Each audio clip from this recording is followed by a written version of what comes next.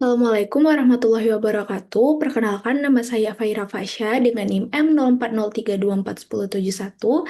Di sini saya akan mempresentasikan hasil proyek akhir mata kuliah desain pengalaman pengguna dengan produknya adalah website restoran Cafe Betawi dan taksnya mencari dan memilih menu. Baik, langsung saja kita menuju ke penjelasannya. Nah, di sini kita masuk ke bagian pertama, yaitu mengenai rekap singkat problem yang diselesaikan. Nah, di sini ada judul dengan produk dan tax yang dipilih. Nah, produk yang saya angkat itu merupakan website restoran Cafe Betawi, atau ini ada flyer linknya cafebetawi.com dengan tax individu mencari dan memilih menu. Nah, saya memilih tax ini karena ada dua alasan. Yang pertama, ini adalah tax inti yang paling sering dilakukan pengguna sebelum memesan makanan di restoran manapun. Nah, sehingga hal ini tuh menjadi krusial jika semisal di dalam website restoran itu tidak berjalan dengan baik. Yang kedua, tax ini itu punya kompleksitas UX yang cukup tinggi karena Cafe Betawi sendiri itu punya banyak cabang dan jenis layanan yang berbeda-beda. Nah, sehingga informasi yang perlu ditampilkan itu juga lebih kompleks dibanding restoran dengan satu menu sederhana. Nah, ini bisa dilihat di gambar bahwa service dan hospitality-nya ini atau layanannya itu sangat banyak. Kemudian kita lanjut ke ringkasan tax user. Nah, secara umum ada 4 langkah yang dilakukan pengguna saat mencari dan memilih menu. Yang pertama itu menelusuri kategori menu yang tersedia, lalu memahami nama, harga, dan deskripsi tiap menu. Kemudian membandingkan beberapa pilihan, dan akhirnya memilih menu yang sesuai. Nah, 4 langkah ini nantinya akan menjadi acuan saya untuk menilai apakah tax flow yang ada sekarang itu sudah mendukung proses tersebut atau belum di dalam website restoran Cafe Betawi. Kemudian, nah kalau kita lihat di sini kondisi nyata di website Cafe Betawi sendiri itu ada gap yang cukup jelas dari proses ideal di slide sebelumnya. Nah, kategori menu bisa dilihat di sini di kategori menu sendiri, misalnya seperti aneka kuah-kuahan atau aneka nasi, itu hanya ditampilkan dalam bentuk gambar saja, tanpa nama, harga, atau deskripsi apapun. Nah, ketika gambarnya itu diklik, ini juga tidak ada detail tambahan yang muncul. Artinya, pengguna itu benar-benar harus menebak isi menu hanya dari visual makanan saja. Nah, ini yang menjadi akar permasalahan utama atau pain point yang saya angkat di proyek ini. Kemudian kita masuk ke bagian ideation dan pengambilan keputusan desain. Nah, dari permasalahan yang sudah teridentifikasi tadi, saya merumuskan satu desain opportunity dalam bentuk pertanyaan HMW atau How Might We, di mana di sini saya berangkat dengan pertanyaan bagaimana membantu pengguna memahami informasi menu pada website restoran sehingga mereka dapat memilih menu dengan lebih yakin. Nah, kalimat ini yang nantinya menjadi acuan utama saya sepanjang proses ideation berikutnya.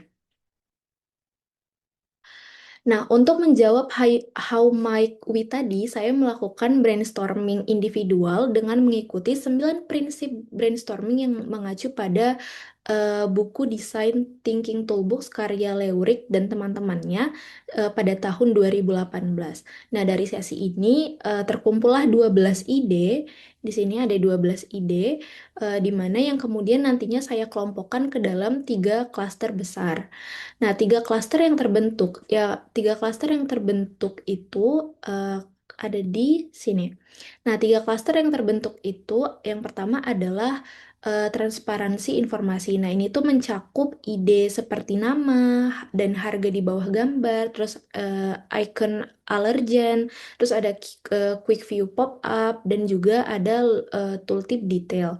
Nah, kemudian yang kedua, ini ada mengenai kategori yang lebih spesifik, misalnya yang kedua ini ada navigasi dan kategorisasi yang isinya itu ada kategori yang lebih spesifik, filter harga, autocomplete, dan tag paket catering. Nah, kemudian yang ketiga di sini ada validasi dan kepercayaan. Nah, di cluster ini itu mencakup ada label bestseller, rating dan ulasan, kemudian ada fitur bandingkan menu, dan serta rekomendasi otomatis. Nah, yang menarik dari ketiga klaster ini, klaster satu itu paling sejalan dengan pain point utama yang sebelumnya sebelumnya sudah saya jelaskan, di mana informasi nama dan harga menu yang tidak langsung terlihat gitu oleh pelanggan atau pengguna saat menggunakan website restoran kafe Betawi. Nah, dari ketiga klaster tadi, ada tiga ide yang sebenarnya ada tiga ide yang saya nilai paling potensial untuk dikembangkan lebih lanjut. Nah, di mana eh, Quick View Pop-up itu untuk menampilkan detail menu tanpa pindah halaman. Kemudian ada filter berdasarkan anggaran, review, dan rasa untuk mempercepat pertimbangan pengguna, serta menampilkan nama dan harga langsung di bawah gambar sebagai solusi paling langsung untuk pain point utama. Nah, di sini saya sedikit memberikan catatan. Di sini saya tegaskan bahwa rekomendasi perbaikan desain ini itu disusun berdasarkan kebutuhan pengguna, dan hasil evaluasi terhadap antarmuka yang ada. Nah, kemudian ketiga fitur tadi itu diperkuat dengan fitur tambahan, dua fitur tambahan dari klaster validasi dan navigasi. Nah, di mana di sini ada fitur pencarian yang nantinya agar pengguna itu bisa langsung mencari nama makanan yang diinginkan tanpa harus menelusuri tiap kategori atau misalnya dia harus scrolling panjang. Nah, kemudian yang kedua di sini ada fitur ulasan menu di mana supaya pengguna itu bisa menyampaikan pengalaman mereka dan juga melihat ulasan dari pelanggan lain sebagai bahan pertimbangan sebelum memilih menu di restoran. Nah, kemudian kita masuk ke bagian perancangan dan pembangunan prototipe. Nah, ini solusi. Nah, ini kita masuk ke bagian value proposisi dan hubungan dengan persona. Nah, solusi yang saya rancang itu memberikan dua value utama bagi pengguna, yaitu yang pertama adalah mengurangi ketidakpastian dalam memilih menu karena tidak lagi hanya mengandalkan visual makanan dan membantu pengguna juga mempertimbangkan pilihan sesuai anggaran lewat transparansi harga yang tertera. Nah, di mana kalau dikaitkan sebelumnya di sini tuh ada namanya user persona, di mana di sini saya menggambarkan user personanya dengan Katniss. Nanti ini mungkin bisa dilihat lebih lanjut.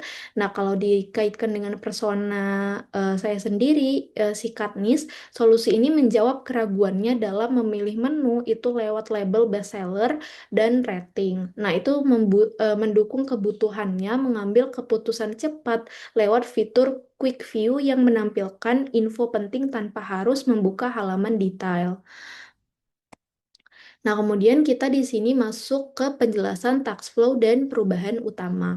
Nah, di mana perubahan alur dari existing tax flow ke solution tax flow. Nah, ini tuh saya lakukan dengan satu prinsip utama, di mana pengguna itu harus bisa menyelesaikan tugasnya dengan usaha dan waktu seminimal mungkin.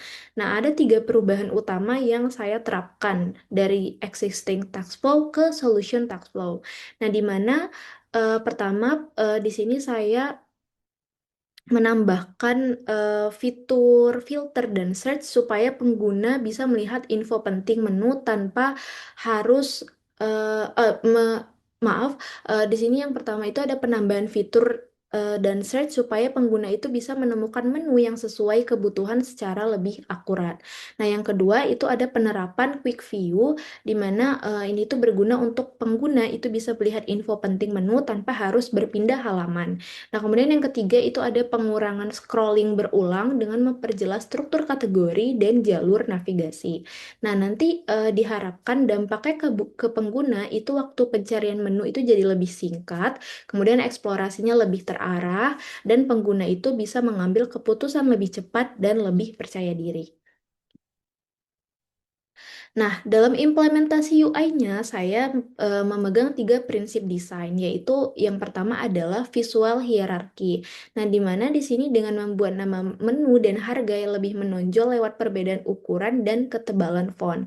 Kemudian ada accessibility, yaitu dengan membuat informasi penting seperti label alergen di sini misalnya dia lebih menonjol gitu, misalnya kayak di bold ini tuh misalnya kayak ada mie telur ini kan alergen ya yang semua orang tuh bisa bisa punya bisa ada gitu. Nah, ini tuh tujuannya di bold ini supaya lebih mudah diidentifikasi. Nah, kemudian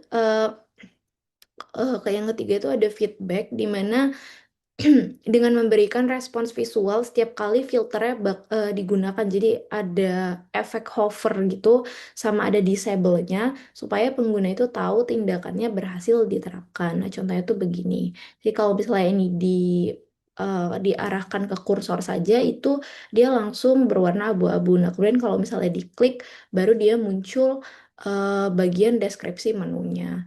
Begitu juga dengan apa kategori-kategori di sini. Ini saya berikan hover, dan untuk disable-nya begini. Lanjut kita ke bagian evaluasi atau user testing, prototype, dan rekomendasi perbaikan. Nah, tujuan dari testing ini itu ada dua, yaitu mengukur seberapa efektif solusi-solusi seperti quick view, filter, search, dan label trust dalam membantu pengguna memilih menu dengan cepat dan yakin, serta juga mengidentifikasi titik hambatan yang mungkin belum terlihat di tahap desain. Nah, untuk metodenya sendiri, ini saya menggunakan unmoderated usability testing lewat platform Maze. Nah, di mana dengan jumlah partisipan yaitu sebanyak 9 orang. Nah, karena sifatnya ini unmoderated tadi, maka think aloud yang biasanya dipandu langsung itu saya gantikan dengan open feedback tertulis yang diisi partisipan saat dia menyelesaikan taks yang sudah saya tulis.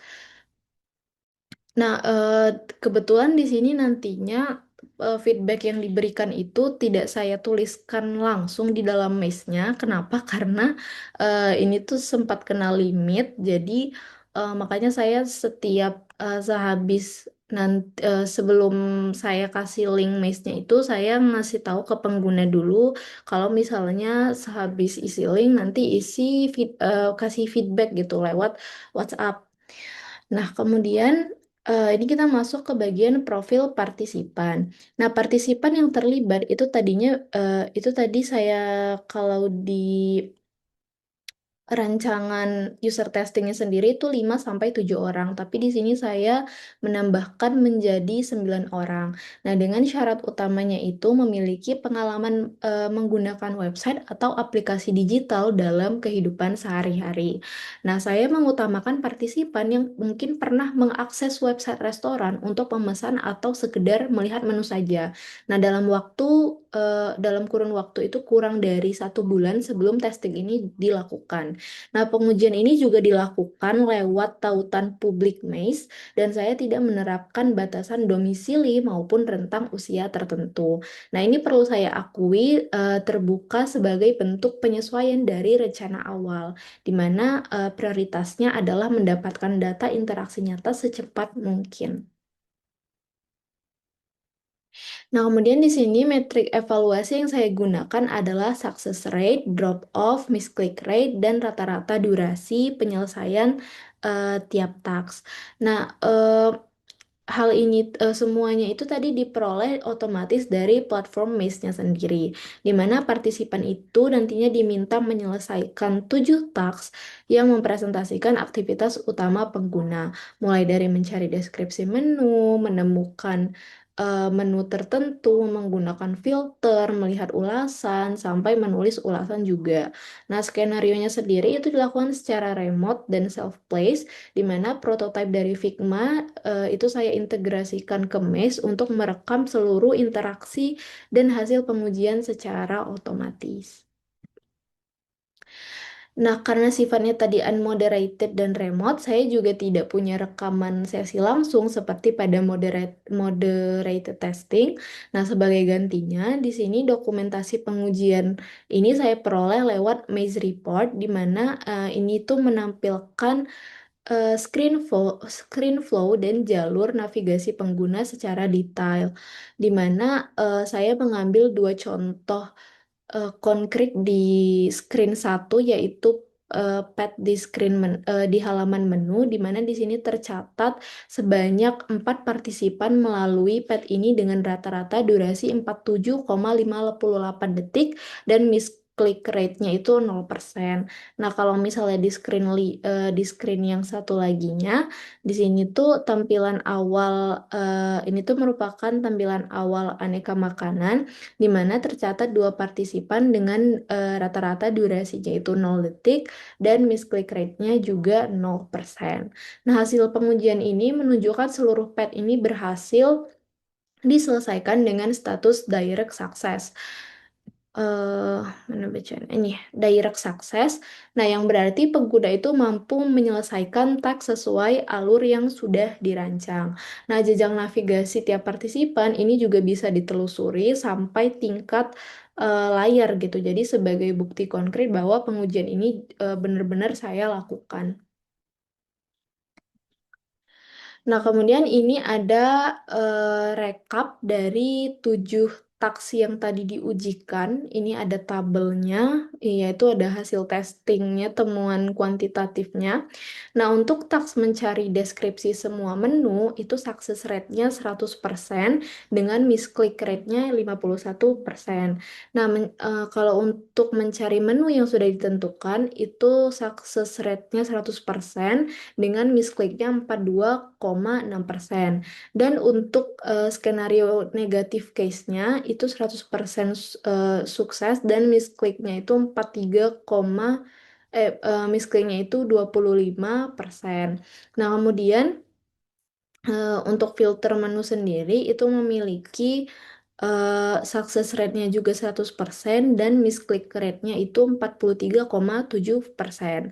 Nah, kemudian ada filter menu untuk negative case, itu success rate-nya 100% dan misclick rate-nya itu 36,8%.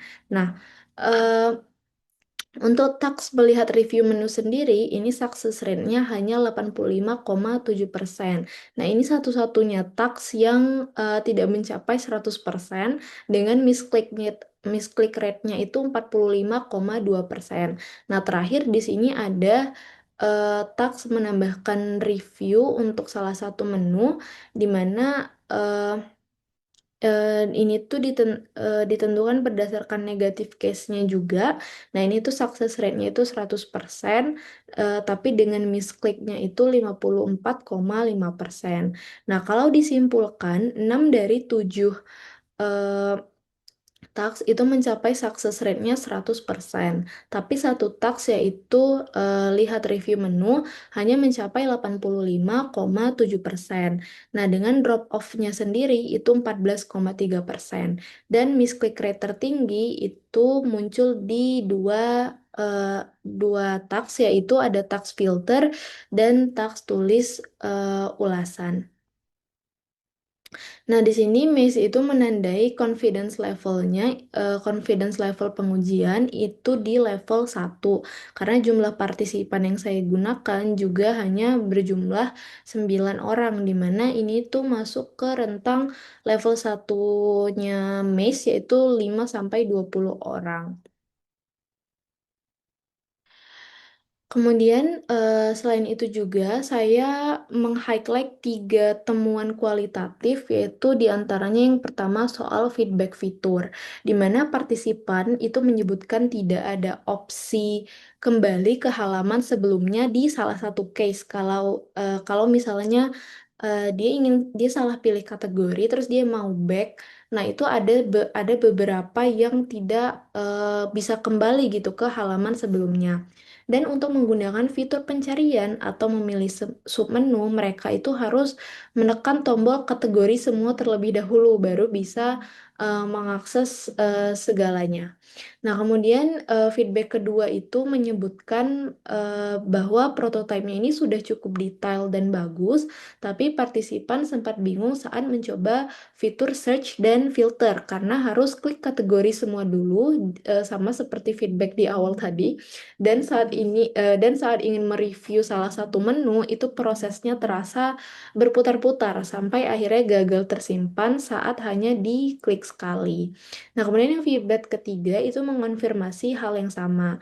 Ada beberapa langkah yang ternyata tidak bisa langsung diklik dan harus melewati tombol kategori semua dulu, baru misalnya eh, filter dan pencarian itu bisa berfungsi. Nah, tiga feedback ini menunjukkan pola yang konsisten, di mana yaitu tadi kalau misalnya kita mau misalnya mau akses kategori atau mau akses fitur pencarian dan fitur filter itu harus klik semua dulu baru bisa. Nah, dari seluruh temuan kualitatif tadi, ini saya kelompokkan ke dalam 6 usability issue dengan kategori dan severity masing-masing. Di mana pengelompokan severity ini saya tentukan berdasarkan dua hal, seberapa sering masalah itu muncul berulang dari partisipan yang berbeda, dan seberapa besar dampaknya terhadap penyelesaian task. Nah, yang pertama ini adalah keharusan klik semua sebelum search atau filter subkategori untuk bagian menu makanan. Nah, ini saya kategorikan sebagai navigation atau findability dengan severity-nya itu moderate. Nah, kemudian yang kedua itu ada alur tulis ulasan di mana ini tuh klik berulang sempat gagal tersimpan. Nah, ini saya kategorikan sebagai feedback atau error error prevention dengan severity-nya itu kritikal. Nah, kemudian yang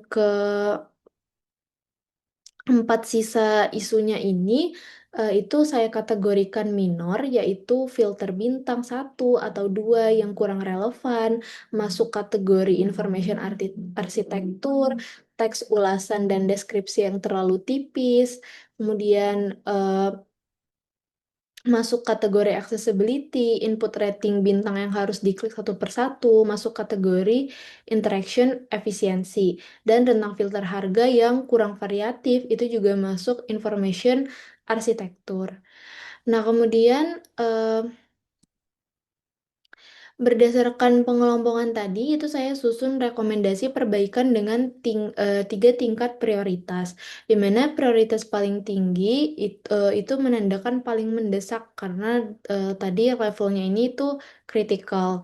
Nah, di mana di sini yaitu menyederhanakan alur penulisan ulasan dengan mengurangi jumlah langkah serta memberikan konfirmasi yang jelas setelah ulasan berhasil dikirim. Nah, kemudian ada prioritas sedang. Ini mengoptimalkan fitur pencarian dan filter supaya nantinya pengguna itu bisa langsung memilih subkategori tanpa harus melalui kategori semua terlebih dahulu. Kemudian ada prioritas rendah. Di sini ada tiga, yaitu meningkatkan keterbacaan deskripsi dan ulasan dengan ukuran atau ketebalan font yang lebih sesuai. Kemudian ada menyederhanakan mekanisme rating supaya pengguna itu bisa memilih jumlah bintang secara langsung dan menambahkan rentang harga yang lebih rinci untuk fleksibilitas penyaringan menu. Nah, terakhir itu ada satu pertimbangan pengembangan yang belum saya putuskan langsung, yaitu mengevaluasi kembali relevansi filter rating rendah 1 sampai 2 bintang. Mengingat konteks penggunaannya ini hanya mencakup satu restoran saja. Nah, kemudian kita masuk ke bagian refleksi dan kesimpulan. Nah, di bagian terakhir ini saya akan merefleksikan keseluruhan proses yang sudah dilalui tadi, sekaligus menyimpulkan apa yang berhasil dicapai dan apa yang masih perlu dikembangkan. Nah, di sini kita mulai dari pertanyaan apakah problem awal itu tertangani. Nah, untuk menjawab pertanyaan ini, saya tidak ingin langsung bilang berhasil gitu tanpa ada bukti. Jadi dari sisi pencapaian tujuan desainnya sendiri, ini sebagian besar permasalahan yang diidentifikasi di tahap awal itu berhasil diatasi lewat perbaikan desain. Nah, kemudian penyajian informasi menu yang lebih lengkap, navigasi yang lebih jelas, serta penambahan elemen seperti label bestseller dan rating. Nah, kalau dari sisi hasil pengujian, ini didukung data. 6 dari 7 task itu mencapai tingkat keberhasilan 100%, dan partisipan itu memberikan respon positif terhadap fitur bestseller, rating, filter, dan quick view karena dinilai mempermudah proses memilih menu. Nah, tapi proses pengujian ini juga mengungkap satu permasalahan baru yang tidak ditemukan di tahap awal, yaitu alur penulisan ulasan yang masih kurang efisien. Nah, temuan ini justru menjadi masukan yang berharga untuk pengembangan dan penyempurnaan sistem di tahap berikutnya. Nah, kemudian kita masuk ke bagian UX goal yang tercapai versus belum. Nah, kalau dipetakan ketiga UX goal yang saya susun sejak fase ideation, goal pertama itu memilih menu dengan lebih yakin lewat informasi yang transparan. Nah, ini tercapai dibuktikan dengan success rate-nya itu 100% di task cari info menu dan komentar positif soal label serta rating. Nah, kemudian yang goal kedua itu navigasi yang cepat dan minim usaha lewat filter dan search. Nah, ini saya sebut tercapai sebagian karena meski success rate-nya tetap 100%, tapi misclick rate yang tinggi yaitu 43,7 dan 36,8% itu menunjukkan ada friction tersembunyi akibat alur klik semua tadi. Nah, kemudian goal yang ketiga eh, itu adalah validasi sosial yang mendukung keputusan lewat ulasan dan rating. Nah, ini belum tercapai penuh karena justru di area inilah di area inilah yang taksnya itu satu-satunya drop off-nya terjadi sebesar 14,3% dengan misclick rate-nya itu 54,5%. Nah, ini saya tampilkan ketiganya secara terpisah supaya eh, kita bisa melihat pengelompokan dari UX goal-nya sendiri dengan status dan eh, buktinya bagaimana. Kemudian di sini ada tiga insight besar yang saya dapat dari menjalani seluruh proses design thinking ini. Yang pertama itu tahap brainstorming individu dan clustering dengan metode How Might We. Menurut saya ini cukup efektif menghubungkan ide-ide solusi dengan permasalahan utama pengguna. Nah, tapi saya juga agak consider karena proses ini tuh masih punya keterbatasan karena kan dilakukannya dari satu sudut pandang saja, yaitu sudut pandang saya sendiri. Jadi bukan dari sesi tim yang bisa saling eh, apa ya idenya itu dari berbagai orang gitu. Nah, kemudian yang kedua ini saya berusaha menjaga konsistensi bahwa setiap keputusan desain itu didasarkan pada hasil analisis dan kebutuhan pengguna, bukan preferensi pribadi. Nah, ini saya pegang mulai dari tahap ideasi sampai evaluasi lewat usability testing. Kemudian yang ketiga, ini yang paling konkret terbukti lewat data testing, di mana solusi yang dinilai tepat di tahap desain itu belum tentu memberikan pengalaman terbaik saat benar-benar digunakan atau saat usability testing. Nah, jadinya eh, apa ya usability testing itu sangat berguna. Seperti misalnya contohnya itu fitur ulasan yang saya rancang itu dengan niat memperkuat validasi sosial, tapi justru itu yang paling bermasalah secara empiris gitu. Kemudian temuan ini tuh menegaskan pentingnya pengujian langsung dengan pengguna, di mana untuk mengidentifikasi kesenjangan antara rancangan awal dan pengalaman pengguna yang sebenarnya. Nah, kalau proyek ini dilanjutkan, ada tiga arah konkret yang akan saya kerjakan. Semuanya ini berangkat langsung dari temuan yang sudah dibahas. Nah, yang pertama itu melakukan perancangan ulang pada alur penulisan ulasan agar lebih sederhana dan mudah digunakan.